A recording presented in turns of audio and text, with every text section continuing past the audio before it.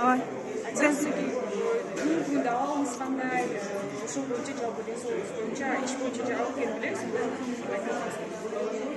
Негизи СИЗОго жатканга чейин чындыгында менин жүрөгүм ооруйт экенин билчү эмесмин, бирок бизде үйлөбүздө бар эле бул оруч. Анан СИЗО деп ар бир күнү ал жерде суук билесиздер, шарттуу имараттардагы эски ушунча шарт түзүүгө аракет кылды. Ал жердеги жана аура, ар кандай стресс, ушундай бир менталдык катуу таасир берет экенин билдик.